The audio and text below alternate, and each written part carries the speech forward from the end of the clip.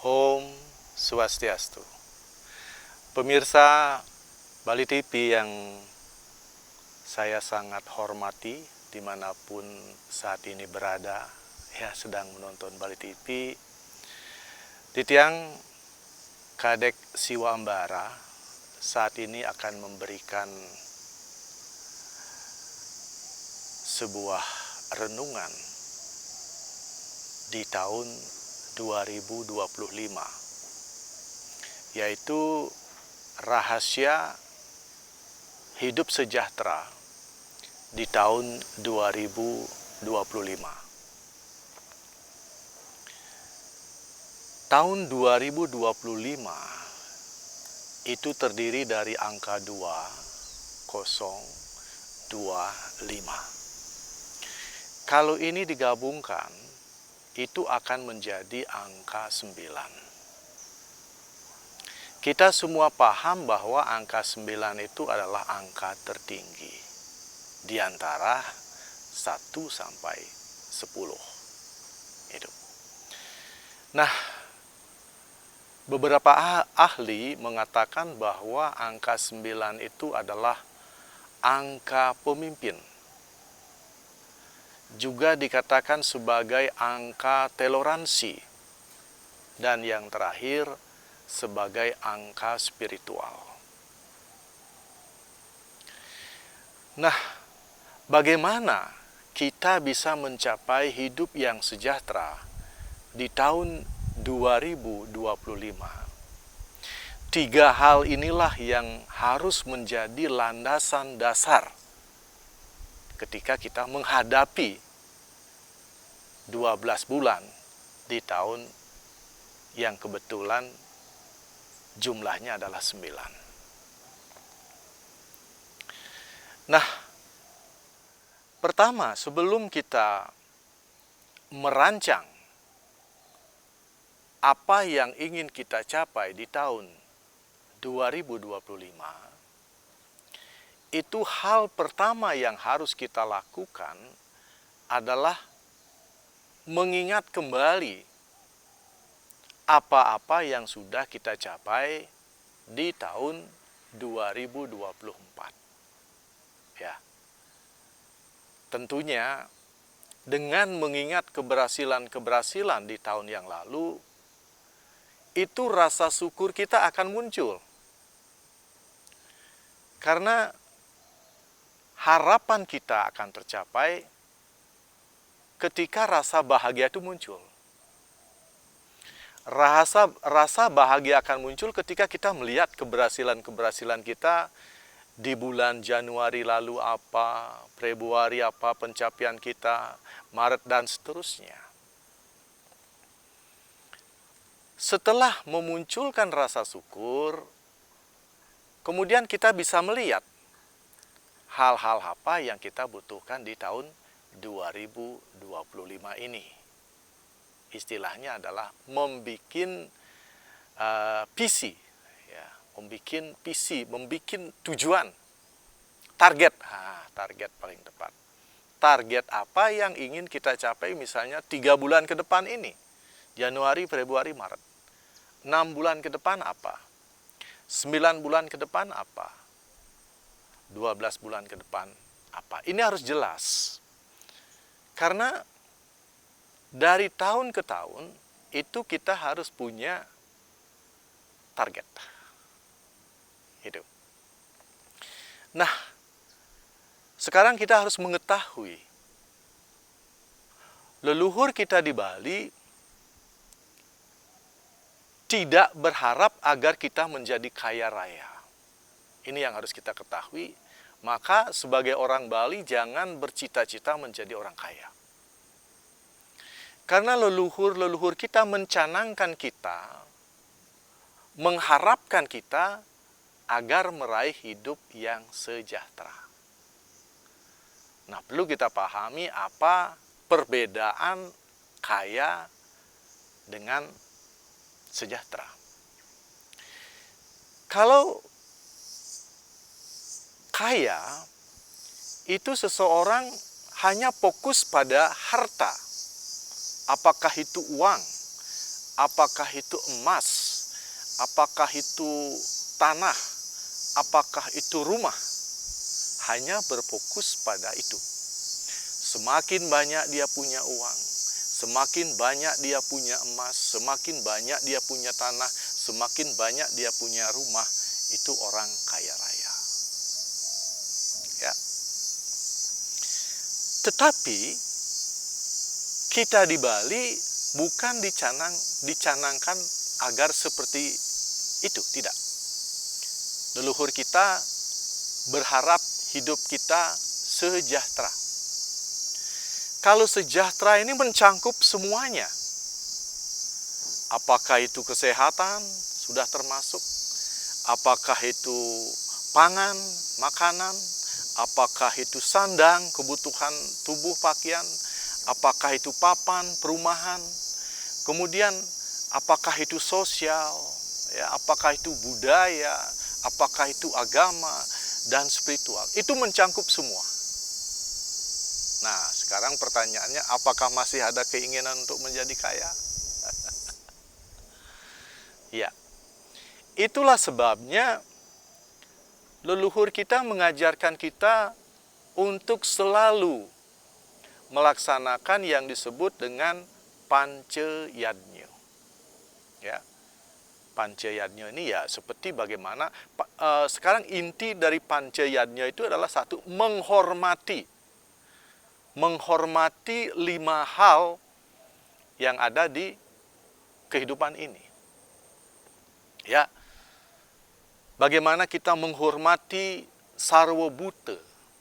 Ya, Sarwa Buta itu terdiri dari makhluk-makhluk yang tidak kelihatan, kemudian semua tumbuh-tumbuhan itu termasuk buta yang sesungguhnya itu membantu kehidupan kita. Ya. Makanya ada istilah Panca Mahabuta. Panca Mahabuta itu bagaimana kita menghormati tanah, bagaimana kita menghormati air, bagaimana kita menghormati matahari atau cahaya-cahaya ini, bagaimana kita menghormati angin, bagaimana kita menghormati akasa.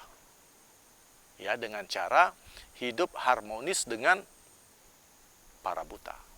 Ya, para buta, bagaimana kita menjaga kesuburan tanah, bagaimana kita menjaga kebersihan air, kebersihan udara, ya, kecukupan sinar matahari, bagaimana langit biar biru seperti ini.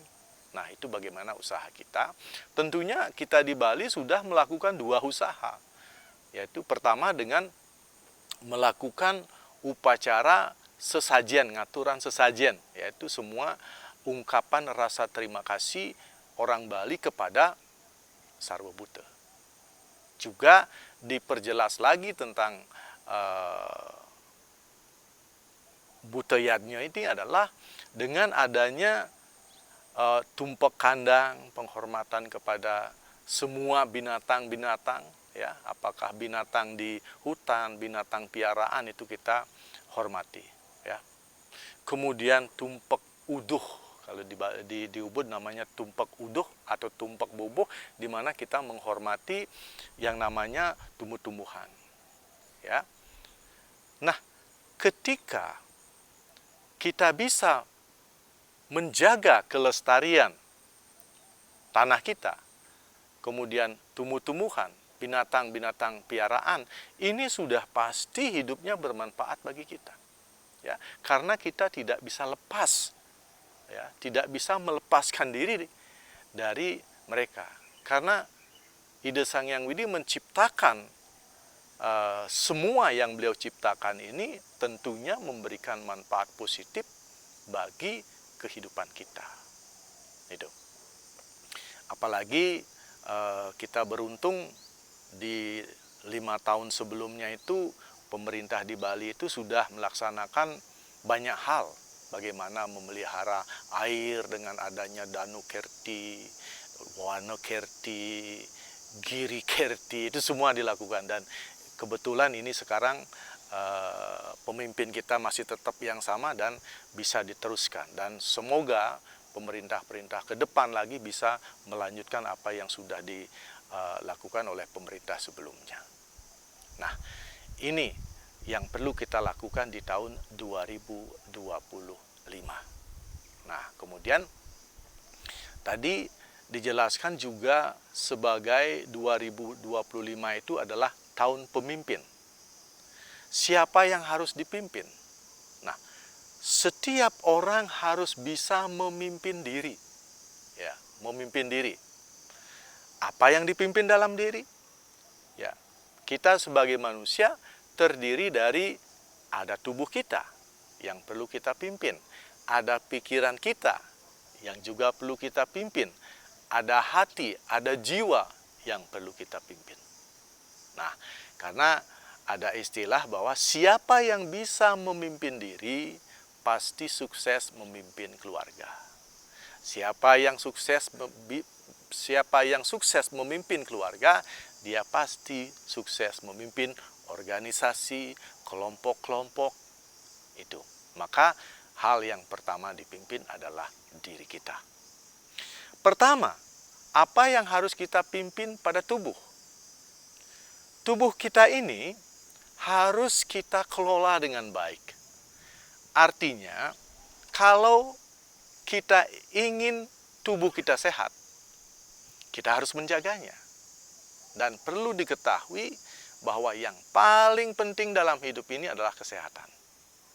Maka kita harus menjaga kesehatan tubuh kita. Menjaga kesehatan tubuh artinya kita sebagai pengendali, kita sebagai pemimpin harus mengetahui apa yang diinginkan oleh tubuh kita. Karena tubuh kita sebenarnya bisa bicara. Ya. Misalnya, perut lapar pasti ada suara, ya, kreak-kreok gitu. Itu menandakan kita lapar. Tubuh haus itu pasti tenggorokan kita terasa kering. Tubuh capek itu kita merasa agak lemah. Kemudian tubuh ngantuk, pengen tidur, dia ada suara menguap. Nah, itulah yang harus kita kendalikan di tahun 2025. Mungkin saja di tahun sebelumnya kita sering terlambat makan karena sibuk dengan pekerjaan, ada tamu yang kita ajak ngobrol, ada pasien yang kita layani, kita sampai lupa makan, sampai lambat makan. Ya. Kalau 1-2 kali lambat makan nggak apa-apa, tapi kalau keseringan ini Anda lakukan, ini tubuh bagian lambung itu akan bermasalah.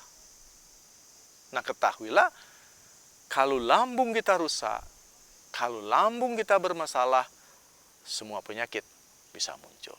Nah, penting sekali kita menjaga lambung ini agar selalu berisi. Maka ketika lapar, cepatlah makan. Jangan pernah menunda lagi. Yang kedua, tubuh kita terdiri dari 80% air.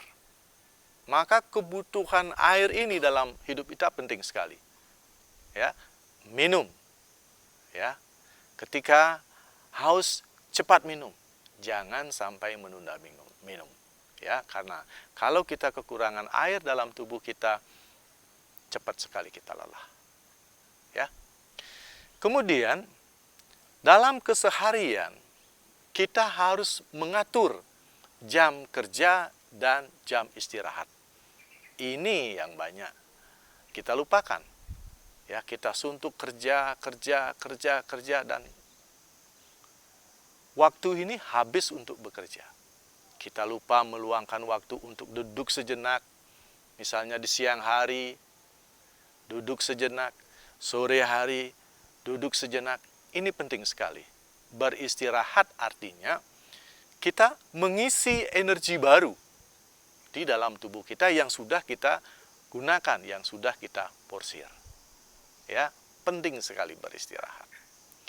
Kemudian malam, ya, sekitar jam 9, jam 10 kita sudah menguap, jam 11 sudah menguap. Jangan tunda lagi, ya, hentikan pekerjaan, Ya, karena tidur di dalam hidup ini yang terpenting itu adalah tidur. Ya, karena dalam tidur itu ada zat-zat, ada hormon-hormon yang dibutuhkan oleh tubuh kita agar keesokan harinya kita bisa kembali fresh. Ya, sekali lagi, bergadang boleh bergadang, tetapi hanya 1-2 kali. Jangan terlalu sering bergadang. Ya, kalau terlalu sering begadang ini muka jadi pucat. Nah, inilah yang perlu kita pimpin, yang perlu kita kendalikan. Karena hanya kita yang tahu apa yang dibutuhkan oleh tubuh kita. Orang lain nggak tahu. Orang lain nggak tahu. Nah, itu yang pertama tentang tubuh. Yang kedua, bagaimana di tahun 2025 ini kita bisa memimpin pikiran kita. Ya, karena seperti kita ketahui, pikiran kita ini sangat liar.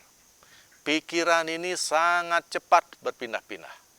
Ya, maka ini perlu kita kendalikan. Ya, terutama misalnya keinginan kita. Apa yang menjadi keinginan kita ini harus kita tulis, ya, seperti di awal.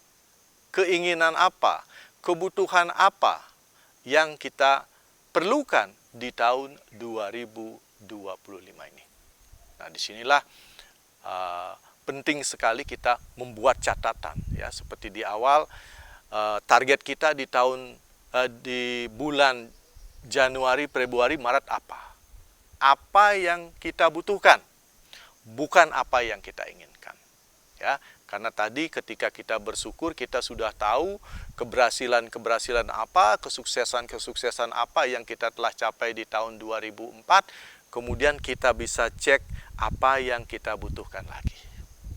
Ya, karena sangat beda kebutuhan dengan keinginan. Kalau keinginan itu jumlahnya banyak sekali. Dalam 1 menit kita bisa menginginkan 60 hal. Tetapi dalam 1 hari sesungguhnya kita hanya membutuhkan 3 hal. Maka yang perlu kita rancang adalah kebutuhan, bukan keinginan. Atau singkatnya, kebutuhan adalah keinginan yang paling penting, ya, yang paling sangat mendesak, dan inilah yang biasanya akan tercapai. Kebutuhan kita pasti akan tercapai, tetapi keinginan kita kadang-kadang bahkan sering tidak tercapai. Ya. Nah, kalau kita sudah punya batas kebutuhan-kebutuhan ini, sehingga pikiran kita menjadi fokus pada target itu. Nah, kemudian kendalikan pikiran agar tidak sering ke belakang lagi. Ya, karena sering sekali kita kembali ke masa lalu, menyalahkan masa lalu. Ya, di masa lalu bisa saja kita menyalahkan diri kita, menyalahkan orang tua kita, menyalahkan pasangan kita, menyalahkan kakak adik kita, bahkan semua orang kita salahkan, bahkan Tuhan kita salahkan. Nah, sekarang saya ingin memberikan pemahaman, apakah masa lalu itu salah? Masa lalu tidak ada yang salah, maka tidak perlu disalahkan, tidak perlu disesali. Ya. Mungkin di masa lalu dalam usaha-usaha Anda merasa gagal, lalu Anda kecewa. Anda merasa disakiti, atau Anda dinasehati oleh seseorang, Anda merasa tersakiti. Anda dinasehati, Anda menganggap itu penghinaan, itu menyakiti hati Anda. Ya, juga Anda menghadapi masalah ketika menginginkan sesuatu, itu Anda anggap suatu kegagalan. Sadarlah, tidak ada yang salah di masa lalu. Ya. Yang membuat Anda menderita adalah cara pandang Anda terhadap masa lalu. Padahal sesungguhnya di masa yang lalu itu pasti ada 2 hal, kesuksesan dan kegagalan, kebahagiaan dan penderitaan. Anda hanya fokus pada penderitaan, Anda hanya fokus pada kegagalan. Yang perlu dipahami adalah ada kesuksesan di balik kegagalan, ada kebahagiaan di balik kesedihan atau penderitaan.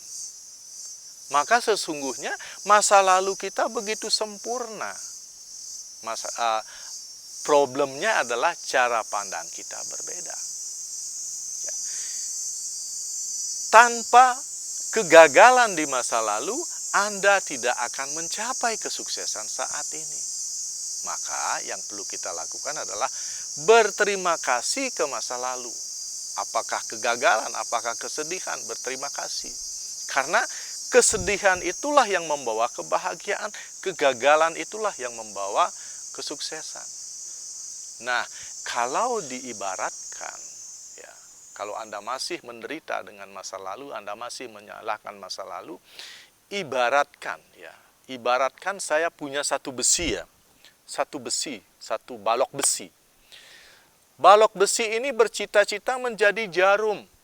Dia ingin sekali hidupnya berguna bagi manusia, minimal bisa menjarit baju-baju yang robek lah. Nah, apakah Anda tahu proses dari satu besi menjadi jarum ini? Pertama dia itu harus dibakar.